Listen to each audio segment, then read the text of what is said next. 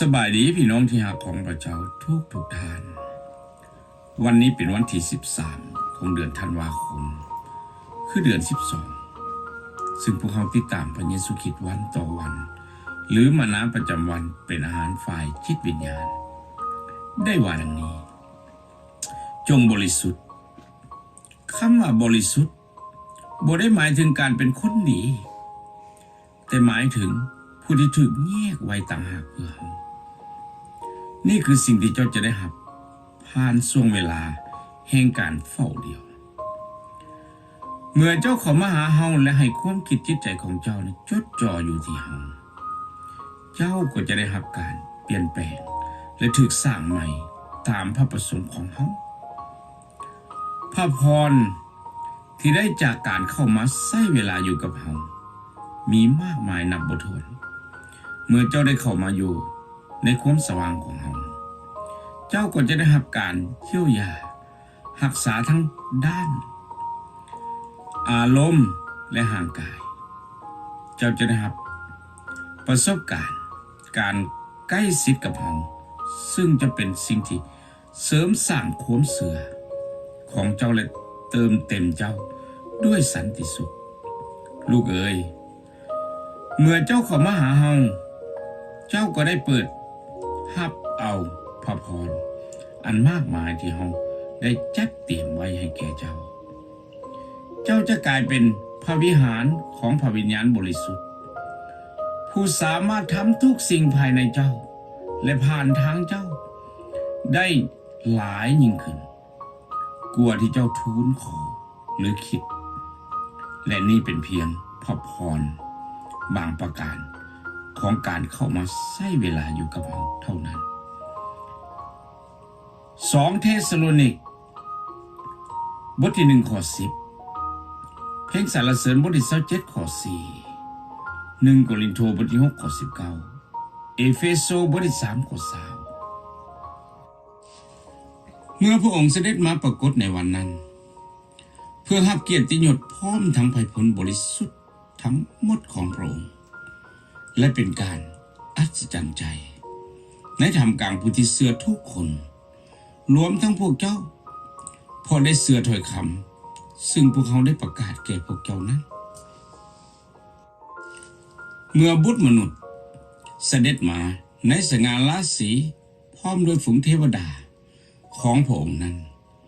เพิ่นจะนั่งถึงบัลลังก์อันหุ่งเฮืองของพระองค์พระองค์ได้กล่าวแก่ข่อยว่าชาติอิสราเอลคือผู้รับใช้ของเฮาพอเจ้านี่แหละประชาชนทั้งหลายจึงจะย่องโยสรรเสริญเฮาได้ทุกสิ่งที่เป็นของข้าน้อยก็เป็นของพระองค์และทุกสิ่งที่เป็นของพระองค์ก็เป็นของข้าน้อยและสง่าราศีของข้าน้อยก็มีผ่านทางพวกเขาคือเตือนสติหนุนใจพวกเจ้าและสั่งเน้นพวกเจ้าเพื่อให้ดำเนินชีวิตตามอย่างสมควรต่อพระเจ้าผู้ทรงเอื้อนเอาเจ้าทั้งหลายให้เข้ามาในราชอาณาจักรและในสง่าราศีของพระองค์ข้าน้อยขอจากพระเจ้ายาเวห์เพียงแต่สิ่งเดียวแม้นสิ่งเดียวเท่านั้นที่ข้าน้อยอยากได้คือให้ข้าน้อยได้อยู่ในวิหารของพระเจ้ายาเวห์ตลอดไปเพื่อจะเบิ่งความงามของพระเจ้ายาเวห์และเพื่อจะพิจารณาเฮียนหู้ในพระวิหารของพระองค์ข้าแต่พระเจ้ายาเวห์ข้าน้อยหักวิหารของพระองค์ซึ่งเป็นบ่อนสถิตของพระองค์เป็นสถานอันทรงสง่าราศีของพระองค์ความสุขเป็นของผู้ที่พระองค์ได้เลือกเอาให้เข้ามาอาศัยอยู่ในหอนมัสการได้พวกข้าน้อยจะอิ่มบริบูรณ์ด้วยของดีทั้งพระพรนานาจากพระวิหารอันศักดิ์สิทธิ์นั้นแล้วก็เป็นไม้อยู่ระหว่าง84ปีนางบ่หนีจากบริเวณพระวิหารจักเถื่อแต่ได้อยู่ปฏิบัติพระเจ้ารักษาศีลด้วย การอดอาหารและภาวนาอธิษฐานทั้งกลางวันและกลางคืนพวกเจ้าบ่ฮู้บ่ว่าร่างกายของพวกเจ้าเป็นวิหารของพระวิญญาณบริสุทธิ์เจ้าองค์ทรงสถิตอยู่ในพวกเจ้าซึ่งพวกเจ้าได้รับจากพระเจ้าเจ้าทั้งหลายบ่ได้เป็นเจ้าของตัวเจ้าเองพระวิหารที่พระเยซูเจ้ากล่าวถึงนั้นเป็นร่างกายของพระองค์เองพวกเจ้าบ่ฮู้บ่ว่าพวกเจ้าเป็นวิหารของพระเจ้าและพระวิญญาณของพระเจ้าก็สถิตอยู่ในพวกเจ้าวิหารของพระเจ้าจะตกลงกับหุคลดได้อย่างไรด้วยว่าพวกเขาเป็นวิหารของพระเจ้าองค์ทรงชีวิตอยู่ดังที่พระเจ้าได้กล่าวไว้ว่าเขาจะสถิตอยู่ในพวกเขาและจะดำเนินอยู่ในท่ามกลางพวกเขาเขาจะเป็นพระเจ้าของพวกเขาและพวกเขาจะเป็นไพพลของมันบ่มีผู้ใดในพวกเขาที่มีชีวิตอยู่เพื่อตนเองหรือตายเพื่อตนเองขอให้พระเกียรติจงเป็นของพระองค์ผู้ทรงฤทธิ์สามารถกระทำการนอกเหนือสารพัดทุกสิ่งเกินกว่าที่พวกเขาจะขอหรือคิดได้ตามฤทธิ์อำนาจที่กระทำการอยู่ภายในตัวของพวกเขาจงถวายพระเกียรติแด่พระเจ้าผู้ทรงฤทธิ์เดชที่เฮ็ดให้เจ้าทั้งหลายตั้งมั่นคงอยู่